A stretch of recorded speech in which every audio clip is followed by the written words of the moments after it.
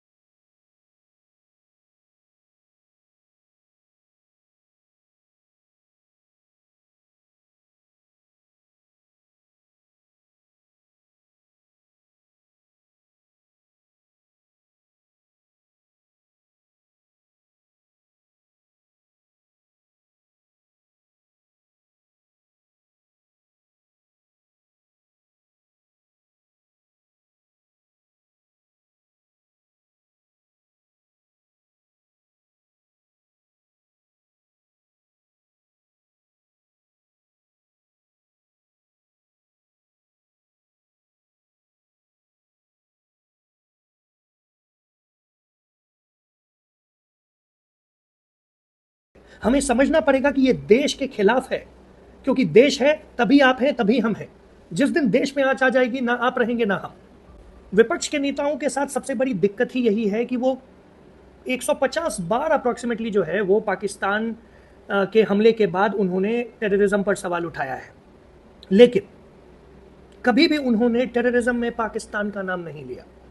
खाते यहां पर हैं, पीते यहां पर हैं, पलते यहां पर हैं, लेकिन फिर भी पाकिस्तान को बुरा ना कहने की कसम खा के जैसे बैठे।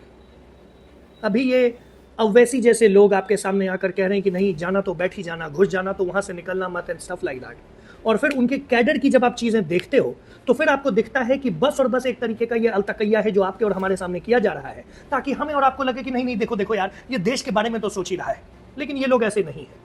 आपको फिर यह समझना पड़ेगा और देखना पड़ेगा कि आखिर इनका कैडर किस तरीके से बिहेव कर रहा है, कैसे लोगों को धमका रहा है अगर वो पाकिस्तान के खिलाफ बोल रहे होते हैं। तो सरजील इमाम जैसे लोग जो कि गद्दारी का एक अलग ही सबूत देते हैं, जो पब्लिक फोरम में जाकर ये कहते हैं कि किस तरीके से चिकन नेक को काट दिया जाए और हमारी जो 7 सिस्टर्स हैं, जो नॉर्थ ईस्टर्न स्टेट्स हैं, उनको अलग कर दिया जाए, और हमारे बुद्धिजीवी जो पत्रकारिता करते हैं, जो सिविल सोसाइटीज के हैं, वो उसकी रिहाई की बात करते हैं। आप खुद समझिए गलती कहां हो रही है, किन से हो रही है, कौन देश के खिलाफ जाने। अखिलेश यादव जैसे लोग जो कि किसी लड़की का वीडियो चला के सर्जिकल स्ट्राइक का मजाक उड़ा रहे हैं। फारूक अब्दुल्ला जैसे लोग जो कि कह रहे हैं कि नरसंहार हुआ तो हुआ, कश्मीरी पंडितों को भगा दिया तो भगा दिया। अब आप एक मिनट के लिए सोच के देखिए कि इतने कश्मीरी ब्राह्मणों को वहां से भगाया गया, वो आज दुनिया के अलग अलग देशों में विस्थापित हो चुके हैं।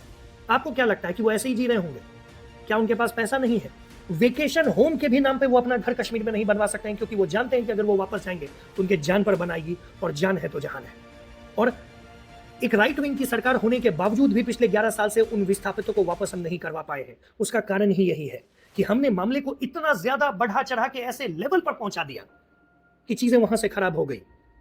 राजा हरि सिंह को जिस दिन हमारी सरकार ने, हमने ही धोखा दिया है उन्हें, जिस दिन हमारी सरकार ने उन्हें गद्दार साबित किया और वो अब्दुल्ला को जो है वहां के प्राइम मिनिस्टर और वहां के देश का जो है राजा साबित करने की इंडिया ने कोशिश की थी, गलती तभी हो गई थी। तभी कश्मीर हमारे हाथ से फिसलने लगा था, और हमें उसी समय समझना चाहिए था कि हमसे जो गलती हो रही है इसका निवारण आगे चल के बहुत बड़ी दिक्कत हो जाएगी। इतिहास को ठीक से पढ़ना पड़ेगा, इतिहास के उन पन्नों में घुस के हमें देखना पड़ेगा कि हमसे कहां गलतियां हुई हैं, और उन गलतियों को हम दोबारा ना दोहराएं। ये बात आपको और हमें समझना पड़ेगा। समय एक टाइम बॉम्ब की तरह टिक टिक टिक टिक टिक टिक टिक टिक करता जा रहा है।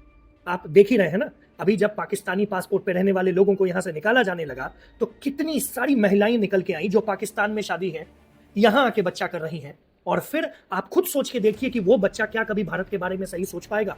क्या उसके दिमाग में जो जहर बीज डाला गया है, क्या वो कल को जाके आपके और हमारे लिए प्रॉब्लम नहीं बनेगा? डेफिनेटली बनेगा। और फिर हम ये सोचेंगे कि यार ये कौन लोग हैं जो गद्दारी की बातें कर रहे हैं? ये वही लोग हैं, ये वही पाकिस्तान के सुअर के बच्चों की औलादें हैं जो यहां आके आपके और हमारे लिए प्रॉब्लम क्रिएट करेंगी। नक्सलवादी का इतना बड़ा प्रॉब्लम हमारे देश में इतने दिनों से आ रहा है, बचपन से, जब से मुझे याद है, मेरी समझ है, तब से मैं देखता आ रहा हूं कि नक्सलवाद का जो प्रॉब्लम है वो सॉल्व नहीं हो रहा था, पनप रहा था और कितने सारे राज्यों में फैल गया था। अब जब वो खात्मे के कागार पर है, जो हमारे जवानों को आए दिन मारा करते थे, कभी 40 मार दिया, कभी 80 मार दिया, कभी यहां गाड़ी उड़ा दी, कभी वहां गोली मार दिया, आज उनके खात्मे की जब बात हो रही है तो यही बुद्धिजीवी वर्ग, यही पत्रकारिता वाला वर्ग हमारे बीच आके हमसे कह रहा है कि हमें बात करना चाहिए। वो हमारे ही लोग हैं, जरूर होंगे, लेकिन जिस दिन उन्होंने देश के खिलाफ बंदूक उठा ली, कहानी उसी दिन खत्म हो गई। उन्होंने अपने कफन पर अपना नाम उसी दिन लिख लिया था जिस दिन उन्होंने हमारे देश के खिलाफ बंदूक उठा ली, हमारे और आपके खिलाफ बंदूक उठा ली।